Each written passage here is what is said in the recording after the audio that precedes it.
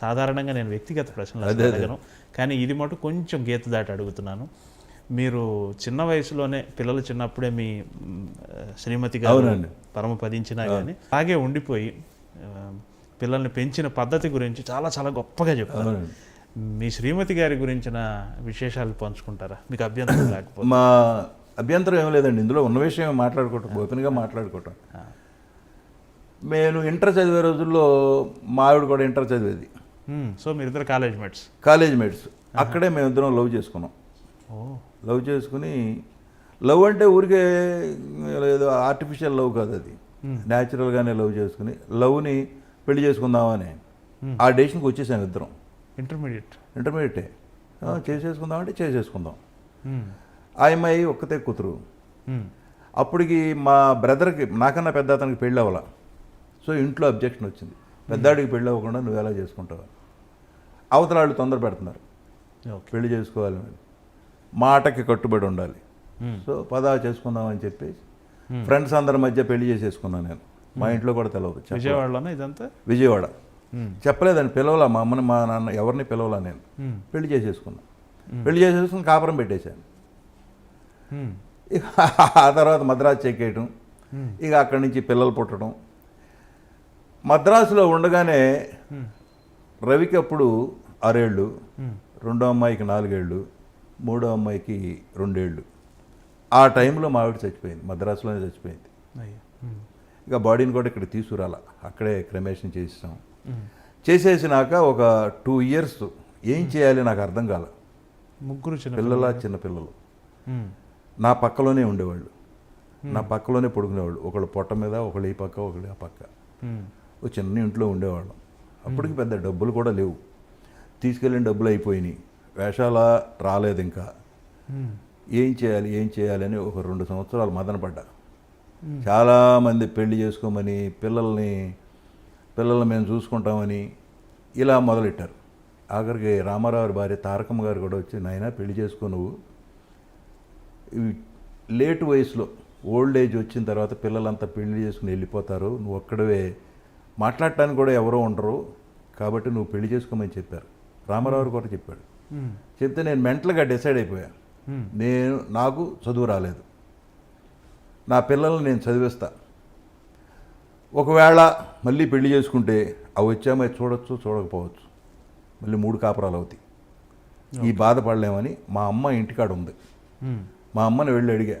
అమ్మ, అప్పటికి మా అన్నయ్యకి పెళ్ళి అయిపోయింది, మా చెల్లెలికి పెళ్ళి అయిపోయింది, మేము 3 పిల్లలు. అమ్మ, నువ్వేంటి ఈ విధంగా పిల్లల్ని చూడటానికి వస్తావా? ఓల్డ్ ఏజే అప్పటికి. వస్తాను రా, బలేవాడు రాగానే. మా అమ్మ అప్పటి వరకు రైలు కూడా ఎక్కల, విలేజ్ ఆ ఊరు దాటి రాలేదండి. మా వెళ్తే బందరు సముద్ర స్నానానికి వెళ్ళి వచ్చేవాళ్ళు. అటువంటి ఆవిడ్ని తీసుకుని సర్కార్ ఎక్స్ప్రెస్ ఎక్కించి మద్రాసు తీసుకొచ్చి 3 పిల్లల్ని అప్పచెప్పి, పెంచు, నేను పెళ్లి చేసుకోను, ఎందుకంటే వీళ్ళు పెరిగి పెద్ద అయ్యేదాకా, చదువు చెప్పించేదాకా నేను ఉంటాను. అదా కాదరా, నువ్వు పెళ్లి చేసుకో, నేను చూస్తాను, వీళ్ళని పెంచుతాను. పెళ్లి చేసుకోకపోతే తర్వాత చాలా ప్రాబ్లమ్స్ వస్తాయిరా నీకు అని చెప్పి, సరేనమ్మా అని చెప్పి అప్పుడు టెంపరీగా దాటేసి, అప్పుడు పిల్లల్ని ఇస్తామని వచ్చేవాళ్ళు అండి. ఎంత నాకు 27 ఏళ్ళు 28 ఏళ్ళు అప్పటికి, చచ్చిపోయేటప్పటికి వచ్చేవాళ్ళు. ఒకడైతే కూతురుని తీసుకు ఇంటికే వచ్చేసాడు, మా అమ్మాయిని ఇక్కడ వదిలిపెట్టేసి వెళ్ళిపోతాను, బాగా చూస్తున్నాను, దండం పెట్టి, వద్దు బాబు, నా మీద ఉన్న నమ్మకానికి థ్యాంక్స్ అని. ఆర్టిస్టులో కొందరు చేసుకోమని గొడవ పెట్టేవాళ్ళు. బట్ మెంటల్గా నేను ఫిక్స్ అయిపోయాక ఆ 2 ఇయర్స్లో ఏం డెసిషన్కి వచ్చానంటే, పిల్లల్ని పెంచి పెద్ద చేయాలి. ఒకవేళ సూసైడ్ చేసుకుందామని కూడా అనుకున్నా. అయ్యో, సూసైడ్ చేసుకుంటే వీళ్ళు రేపు అడుక్కు తింటున్నారు అనుకో, చలపతిరావు పిల్లలు చూడు కనేసి వెళ్ళిపోయాడు, వీళ్ళు అడుక్కు తింటున్నారు అంటారని చెప్పేసి ఆలోచించా. సో సావకుండా వీళ్ళకి చదువు చెప్పిద్దాం, మ్యాక్సిమం చదువు చెప్పించి వాళ్ళ కాళ్ళ మీద వాళ్ళు నిలబడేది చేసి అప్పుడు చూద్దాం వ్యవహారం అని చెప్పేసి. ఎందుకు అంత డిప్రెషన్కి వెళ్ళారు? ఆర్థిక ఏం చేయాలి, పిల్లల్ని, డబ్బులు లేవండి. ఒక్కొక్క రోజున బస్సు ఎక్కడానికి 10 పైసలు కూడా ఉండేవి కాదు, నడిచి వెళ్ళిపోయేవాడిని కంపెనీలకు వెళ్ళాలంటే, ఏదో వేషం అడగాలంటే. ఉన్న డబ్బులు వెళ్ళేటప్పుడు తీసుకెళ్ళాను నేను, ₹1,00,000 దాకా తీసుకెళ్ళి ఆ రోజుల్లో అండి. గ్రౌండ్ 5,000 ఉండేది అక్కడ మద్రాసులో, బట్ కొనలా. ఎందుకంటే ఎప్పటికైనా మన ఊరు వెళ్ళిపోతాం తప్ప, ఆ విలేజ్ అట్మాస్ఫియర్ అంటే నాకు బాగా నచ్చుతుందండి. విలేజ్ అంటే చాలా ఇంట్రెస్ట్. అనుకున్నాను తప్ప ఇక్కడే సెటిల్ అయిపోతాం మనం మద్రాసులో, పిల్లలు పుడతారు, వీళ్ళు పెరుగుతారు అని చెప్పి అది థాట్ రాలా. సో అందుకని చచ్చిపోదాం అనుకున్నాం ఒక స్టేజ్లో. వీళ్ళని పెంచలేము, సావలేము, ఇంతకు ఇంకా మనం వాళ్ళ మరణాన్ని వాళ్ళు బతుకుతారు మనం పోతే అనే లెవెల్కి వచ్చి మళ్ళీ ఆలోచించా. ఇలా చలపతిరావు పిల్లలు అడుక్కు తింటున్నారు, మా చచ్చి వాడు మా మీద కని వదిలేసి వెళ్ళిపోయాడు అని అంటారో ఆ మాట పడకూడదని చెప్పేసి ఒక డెసిషన్ తీసుకుని అప్పుడు పెళ్లి లేదు, ఈ జన్మకి అయిపోయింది, ఒకసారి పెళ్ళి, ఈ పిల్లల్ని పెంచడమే మన ధ్యేయం అని చెప్పేసి అప్పుడు మొదలెట్టే. అక్కడి నుంచి వేషాలు, సంపాదన, చదివించటం ఇదే పెట్టుకున్నాడు. వన్ ఆఫ్ ది బెస్ట్ కాన్వెంట్స్లో వేసాను అక్కడ, holy angels best convent, Hindu college. ఆ విధంగా చదివితే వాళ్ళు కూడా అలాగే చదువుకున్నారు. ఇబ్బంది పడలేదా సార్ మీరు? అంటే ముగ్గురు చిన్నపిల్లలు, చాలా ఇబ్బంది అండి, విపరీతమైన వేషాలు. కొన్ని రోజులు అయితే నిద్ర కూడా పోయేవాడు కదా, రాత్రిపూట నిద్ర పట్టేది కాదు. పగలంతా ఫైట్లు చేసి వచ్చినా ఏం చేసి వచ్చినా సాయంత్రం 6-5 ముగ్గురిని ఎమ్మడి పెట్టుకుని తీసుకెళ్ళి ₹1 పెట్టి బిస్కెట్లు కొని ఆ ముగ్గురికి ఇచ్చి మళ్ళీ నడిపించి తీసుకొచ్చేవాడిని ఇంటికి. ఆ ఎఫెక్షన్ పోనేవలా, ఆ ఫ్యామిలీ లైఫ్ పోలా. అందుకని ఆ పిల్లలు ఇవాళ 2 ఆడపిల్లలు అమెరికాలో ఉన్నారు, రవి ఇక్కడ ఉన్నాడు. రోజు ఫోన్ చేసి అడుగుతారు, ఏం చేస్తున్నావు, ఎలా ఉన్నావు. ఆ ఎఫెక్షన్ పోలా, ఆ ఎఫెక్షన్ అలాగే ఉండిపోయిందండి. ఆ విధంగా పిల్లల్ని పెంచి పెద్ద చేశారు, చదువుకున్నారు, హ్యాపీగా లైఫ్లో సెటిల్ అయిపోయారు. ఇప్పుడు హ్యాపీగా ఉన్నారు, పీస్ఫుల్గా ఉన్నారు. సింపుల్గా చెప్పారు కానీ చాలా కష్టమైన విషయమేనండి, చాలా కష్టమైన విషయం. ఎందుకంటే ఆ బాధ నాకు తెలుసు కదా, నేను పడ్డ బాధ.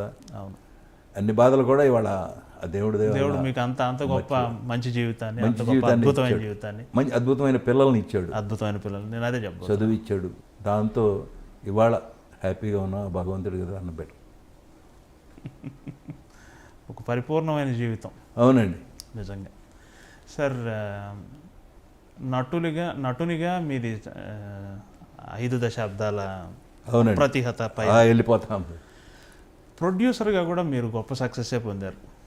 కడప రెడ్డి నేను ఎందుకు తీశానంటే సినిమాలు అంటే ఒక 10 ఫ్యామిలీలు బతుకుతాయి మన కింద అని చెప్పి ఎలా వచ్చింది ఆలోచన? ముందు ప్రొడ్యూస్ చేయాలని ఎందుకు అనుకో? నేను పడే కష్టాలు చూశానండి. నేను పడే కష్టాలు చూసి అసలు మనం కూడా ఒక సినిమా తీస్తే ఒక 10 ఫ్యామిలీలు బతుకుతారు కదా. ఏ ఇయర్లో సార్ ఇది? ఏ ఇయర్ అంటే కడప రెడ్డమ్మ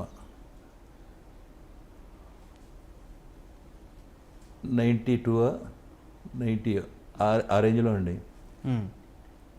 శారద గారు మెయిన్ రోల్ కడప రెడ్డమ్మ. అంటే అసలు ముందు ఎందుకు మొదలెట్టామంటే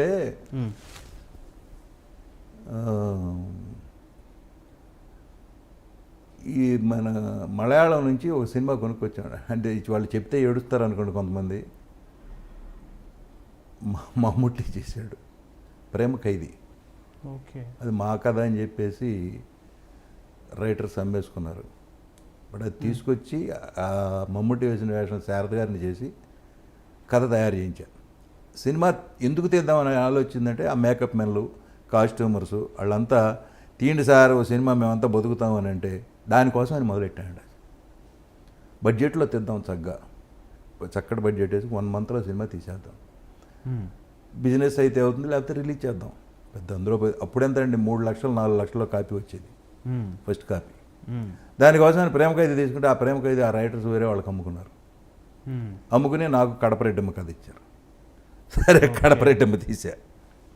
కడప రెడ్డమ్మ తీస్తూ ఉండగా అప్పుడు భరద్వాజ డైరెక్టర్ని చేశాం. కడప రెడ్డమ్మ జరుగుతూ ఉండగానే జగన్నాటకం మొదలెట్టాం. ఈ సినిమా సగం 3 వంతుల ఏదలకి.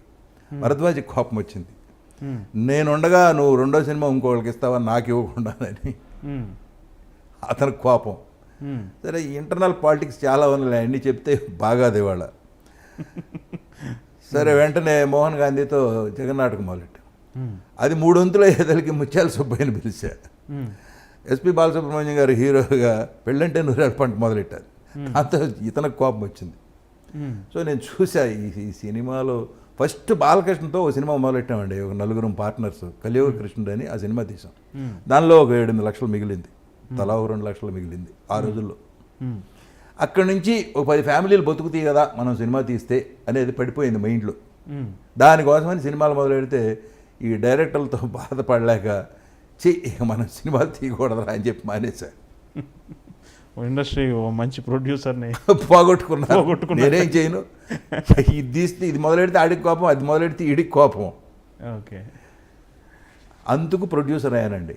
లేకపోతే ప్రొడ్యూసర్ని అవ్వాలన్నంత అవసరం లేదు. సరే అప్పుడుకి అవసరం, పిల్లలు పెద్దాళ్ళు అవ్వలేదు, చదువుకుంటున్నారు, డబ్బులు కూడా అవసరం, ఏమైనా వస్తే వస్తాయి. ఓకే. అంతేగాని ఎక్స్పెక్ట్ చేసి మాత్రం తీయలేదు సినిమా.